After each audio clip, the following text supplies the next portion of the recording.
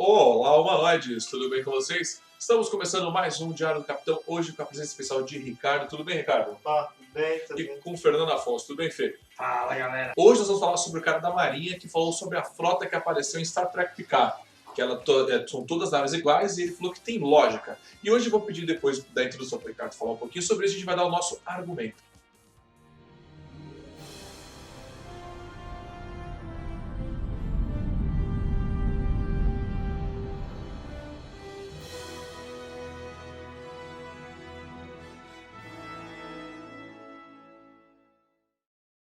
E para começar, o Ricardo vai falar aqui um pouco sobre a matéria, lembrando que aqui o Diário do Capitão, a gente não lê só a matéria, a gente fala um pouco da matéria, a gente discute, porque tem muita gente que só fala. Não, a gente está aqui para discutir a matéria como um bom tracker. Ricardo, eu gostaria que você falasse um pouquinho dessa matéria para a gente. O que esse cara falou lá, o que ele escreveu sobre essa frota de Star Trek Picard? Então, agora não me falha a memória se ele é almirante, qual que é a patente dele dentro da Marinha. Patente né? real na Marinha. Patente real. Não é então, tipo a gente que se acha capitão. É nem capitão, eu sou. Então, e ele fala da frota que foi utilizado em Copérnico no último episódio de Picard. Né? Então ele fala que aquilo lá está certo, que toda aquelas naves todas iguais em Copérnico faz sentido e que são missões que foram aprendidas durante o período da história militar americana. Uhum. Né? Da história militar dos Estados Unidos. Dos Estados Unidos. Uhum. Né? Então, o que ele fala do momento em que se perdeu o Top e Platina, por que elas são todas iguais, né? Por que tem aquela força de... Inclusive ele tá te ligando. Assim, fala direito, caralho. Por que as naves são todas iguais, ou com pequenas modificações, o número de frotas, de naves que foram utilizadas, que ele fala sobre isso. Deixa eu ver também. Ele fala do fator humano, que seria o fator Picard. Né? Eu posso discordar da parte que ele fala que a história dos Estados Unidos era desse jeito, por causa que, historicamente falando, na Primeira e na Segunda Guerra Mundial, construir um porta-aviões para uma guerra era uma coisa absurdamente demorada e cara. Então você não tinha mais de dois juntos, isso é loucura. O Japão tinha dois encoraçados, se eu não me engano, que um era o Yamato, né? Que é utilizado também no anime Yamato, né? Muito legal. E que ele eram para sair durante a guerra, sair os dois encoraçados, né? Para poder auxiliar a frota japonesa. Só que eles não conseguiram produzir os dois em tempo hábil, então saiu só um, né? E aí afundou. Aí teve probleminha técnico. Então tem todo ele fala da experiência americana para utilizar para o final do episódio, né? Então, sobre essa matéria, eu vou deixar o link aqui embaixo para quem quiser ler e especificar. Ele fala que faz sentido ser todas as naves Ctrl-C e Ctrl-V. Na minha humilde opinião, antes de entrar no que ele falou, a CBS comprou esse cara. A CBS falou o seguinte, os fãs detonaram essa cena, eu preciso que alguém de gabarito, da vida real, fale sobre essa cena de merda. E aí, como chamaram esse cara para escrever essa matéria? Essa é a minha humilde opinião. Eu concordo com ele. Por que eu concordo com ele? Porque eu não tenho uma opinião definitiva, mas eu tenho uma opinião porque eu conheço um pouco, então eu posso falar sobre esse assunto. Tá? Vamos lá. Eu concordo que você produz em grande quantidade coisas que são de fácil destruição. Por exemplo, por que eu construo 100 jatos F-22 na Segunda Guerra? Por que eu construí 70 e poucos caças de guerra na época? Porque são coisas pequenas. São coisas que são ágeis, coisas que são destruídas fáceis. Agora, coisas grandes, coisas que têm alta tecnologia, alto poder de fogo, você não costuma construir 200, 300. Vamos parar para você, que nem você falou, Segunda Guerra, Terceira Guerra Mundial, porta-aviões. Um dia, quem sabe. O nosso Star Trek tem. Porta-aviões. Porta-aviões, existem as classes. Por exemplo, vou contar uma história para vocês que eu vou sair da guerra para um navio porque todo mundo conhece. Titanic.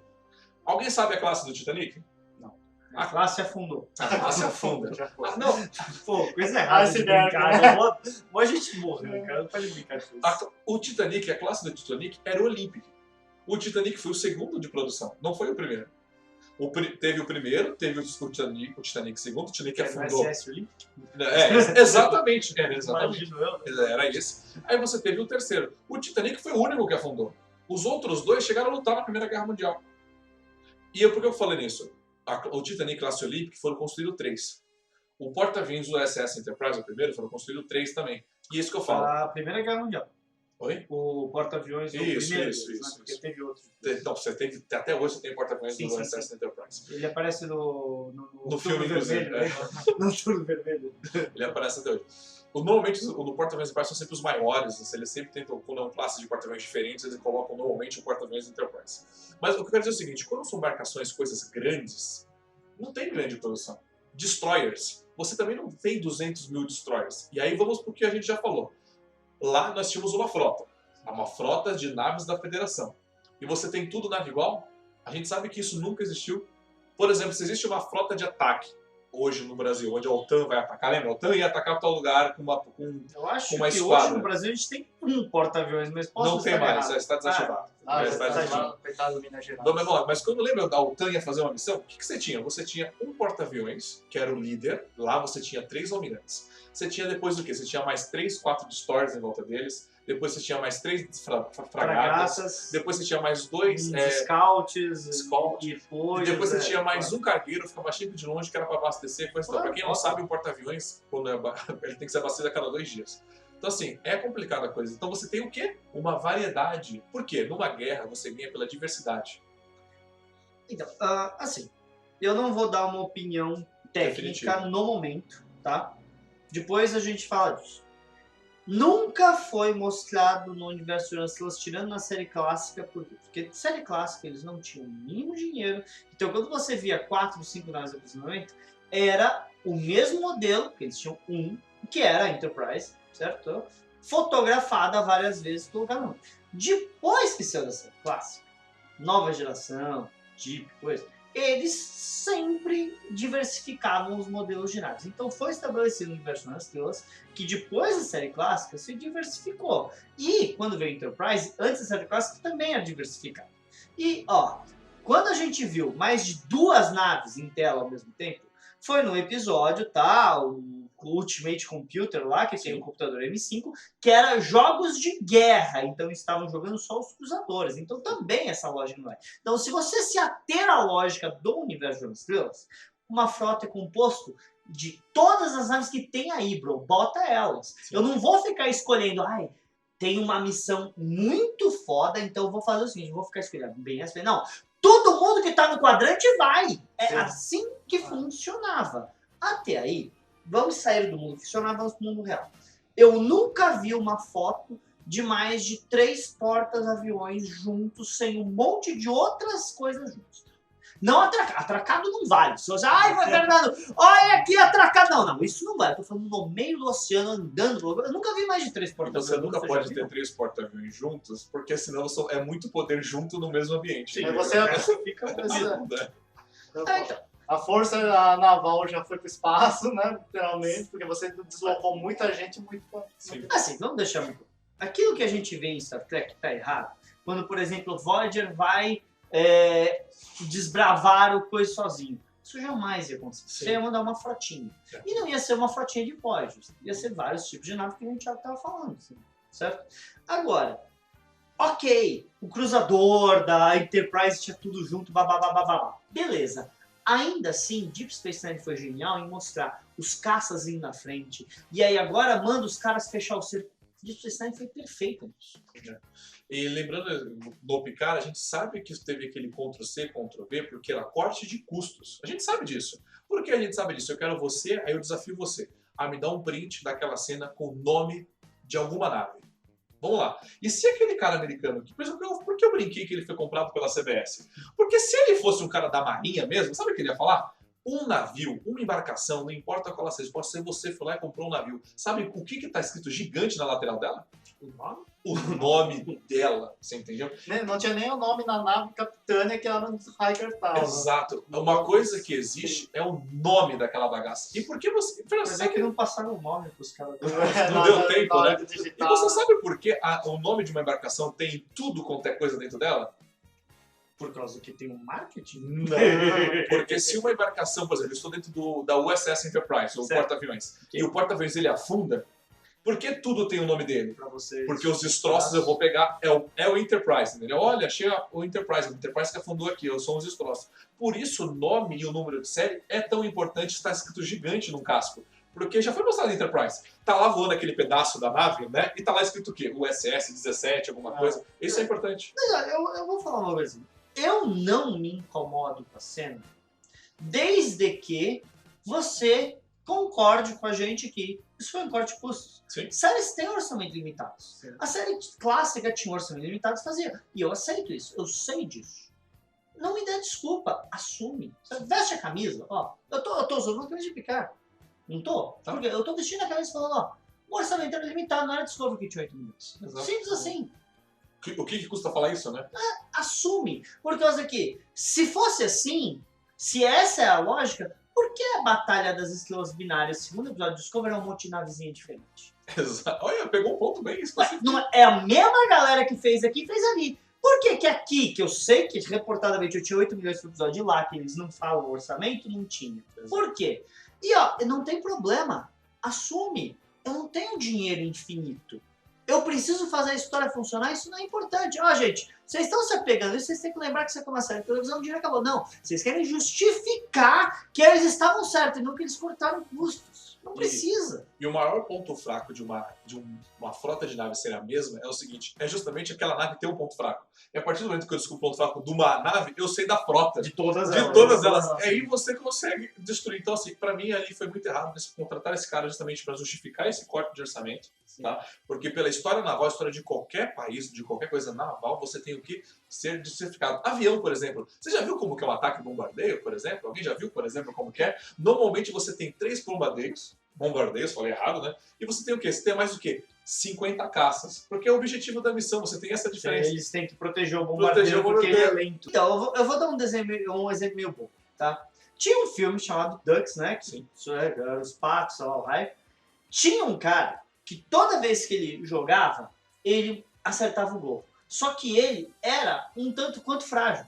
Se acertava ele, ele caía na hora. Então o que fazia? Os outros jogadores rodeavam ele rapidamente para ele poder bater, por causa que ele tinha que ter coisa. É a mesma lógica de você ter uma nave grande no meio, que se movimenta devagar, e várias naves pequenas, porque elas vão fazer o coisa para não deixar chegar. Sim. A Estrela da Morte perde no Star Wars, por quê? Por causa que eles achavam que os caças não era nada. Então, cadê a frota do Império? A frota do Império não estava lá. Sim. Se a frota do Império estivesse lá, os caças tinham se dado mal. Exatamente. Lembra do filme Endgame? Vamos assistir o filme Endgame. Você vê essa diversidade na frota. E aí o cara falou, porque eles estavam acostumados com a guerra de Picard, né? Que Terra Planeta caiu, tudo mais. Mas vamos lá. Star Trek já passou por guerra toda a linha temporal. A nova geração, para quem se lembra, tinha acabado de sair da guerra contra a Cardassian. E as naves não estavam desse jeito.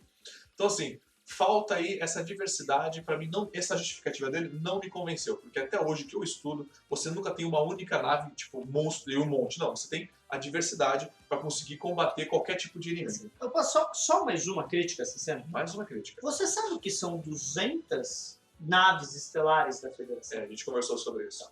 200 naves estelares da Federação, e se é tão forte quanto o Piker falou, não é que ela destruiu um planeta ou um sistema solar. O estrago, vocês lembram na série clássica que a Enterprise sozinha acabava com o planeta, que nem a gente viu lá ele dando a ordem geral pro Scott tal, vai acabar com a vida no planeta em 5 minutos? Você sabe o que é 200 naves? Não, Eu acho que essa galera acha que uma nave estelar é o caça do Luke Skywalker. Eles Mas não é entendem isso. que cada nave estelar tem tipo 1000 brother lá dentro. Não, mas eu concordo com você, eles não têm. Aí acho que pode ser a crítica final. Esse novo pessoal não sabe o que é a realidade que a gente vive e nem qual que é a realidade de Star Trek. Eles acham que é Star Wars. Então a gente fala que tem 200 de um lado e 400 do outro. Oh! Lembrando que a Enterprise ela é chamada para o planeta, porque ela vai participar da nova. Ou alguém vai assumir um novo poder e fala: a gente precisa da sua classe Constitution lá, porque duas das. É o poder da frota. Porque só a sua nave lá já é o suficiente para mostrar como a gente é poderoso. Então você me mostrar 60, 70 naves iguais, cara, meu, porra é essa? e acha que em cada nave tem 20 pessoas, né? Ah. Por isso que tem que ter 200, né? É. Não, gente, quando a gente viu Deep Space Nine de novo, que eles juntavam 100 naves, e no meio daquela nave tinha tipo uma classe Miranda, que tem tipo 100 brother lá dentro, sabe? Ou coisa do tipo. A gente via aquela diversidade e falava, pô, 100 naves estelar, meu Deus, e tem várias naves escolta, várias menores, mas meu Deus. Aí eles me botam 200 cruzadores, que cada um coisa de 1.500. Você sabe quantas pessoas tinha ali? Faz aí, 1.500 vezes 200 e vê quantas pessoas da frota estelar estavam de boa. Esvaziou a frota pra ter gente ali. Não, e outra coisa que ele coloca no artigo dele é, vamos supor, assim, por que as naves eram iguais? Porque fala assim que é mais fácil você treinar as pessoas, né? Treinar as pessoas, peças de reposição, até aí eu até concordo se você treinar de peças de reposição, troca, essas coisas, né? Só que é o seguinte, tem 200 naves, como você falou, em DS9 foram umas 100, né? Sim. E o Top Platina tinha sido destruída. Sim. De onde que ele tirou 200 Não naves? sei de onde foi construído 200 naves. Quanto tempo foi a destruição de um Top Platina até Picard? Mas isso que você falou então das peças de reposição. Me fala uma coisa. Um Fusca e uma Kombi é o mesmo carro? E as peças? E as peças, são ou não? São. Sabe por quê? Porque é o mesmo fabricante. Você não precisa ter o mesmo... Normalmente, as peças do fabricante funcionam para vários carros ali porque ele não é burro. Tá? Mas, ok. Sabe... O Jeep Renegade é a estrutura de Fiat. Eu vou te contar uma coisa. Essa lógica dele faz total sentido quando você está fazendo um Corsa. Não quando você está fazendo uma nave que cabe 1.500 pessoas. Quando você está fazendo um porta-aviões. Mas, pra finalizar isso daí, assista a cena de batalha de Deep Space Nine, remasterizada, inclusive a gente já remasterizou essa cena. Boa, fantástico. Essa cena tá muito boa e ali você mostra por que você precisa de uma diversidade num monte de mesma nave, né? Mas vamos lá, é isso. Inclusive Discovery também, né? Discovery teve Tinha uma diversidade de naves super legal. A Discovery, quantas igual você viu? Só a Glenn. Só a Glenn. Eles só fizeram 2. Eles fizeram 200. Tá aí, ó, pra você aí. Então discutimos e comentamos essa matéria dele, porque a gente tá aqui pra isso, pra gente comentar e falar sobre isso. Que a gente gosta de navinha no espaço. Exato. Eu também, tão longe. Eu só assisto por conta das naves, não sei vocês. Filosofia, tudo bem aí. Atualmente deve ser por Eu quero piu-piu. Piu-piu no espaço, piu-piu. Porque faz barulho no espaço com sonar e tal. Piu-piu. Vamos lá, senhoras e senhores, vamos chegar ao final de mais um programa. Deixa aqui embaixo qual é a sua opinião sobre toda essa baboseira que a gente falou aqui. Lembrando que a gente tem a gravação do Planeta Diário do Capitão Cast toda quarta-feira, aí o Fernando está participando com a gente pra gente trazer as notícias da semana. É isso, senhoras e senhores. Então, Fernando, dê o seu recadinho final. Bem, gente, não é tudo que a Nova Frota tá fazendo, a gente também tá junto com o pessoal do Diário do Capitão e com o Sessão 31 lá no Track BRCast. E só pra falar uma coisinha, se você tá levando isso que a gente fez a sério demais, talvez você precisa relaxar, porque a gente tá falando besteira, beleza? É isso aí, Ricardo. Você acompanha o Sessão 31 nas redes sociais. É isso aí. Lembrando que tem gameplay nosso, né? 2 gameplays por mês aí, jogando Star Trek Online, explicando que lá o jogo se fixou muito bem nisso de batalha naval, de jogo de nave. Eles estruturam as naves justamente para funcionar dessa maneira, né? Sim, tem naves leves, tem naves pesadas. Tudo isso daí que a gente discutiu de mobilidade, eles aplicaram no jogo. Exatamente. E é uma grande desculpa pra eles poderem ficar brincando. Essa é a melhor desculpa. Até a próxima Engage. Agora vamos para o meu escritório ali, por favor. Por favor, vai, É só você sair. Peraí.